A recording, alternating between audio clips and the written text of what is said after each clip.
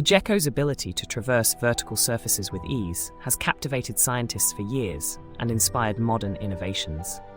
This remarkable creature uses microscopic hair on its feet, known as setae, to adhere to surfaces through van der Waals forces, offering a reversible and strong grip without any sticky residue.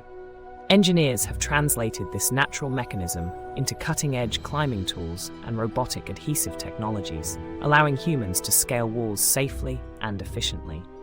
By mimicking the gecko's unique adhesive strategies, these advancements showcase the fusion of biology and engineering, presenting a new frontier for exploration and innovation. Through understanding and emulating the gecko's natural abilities, we gain insights into sustainable solutions and redefine the boundaries of what's possible in human technology.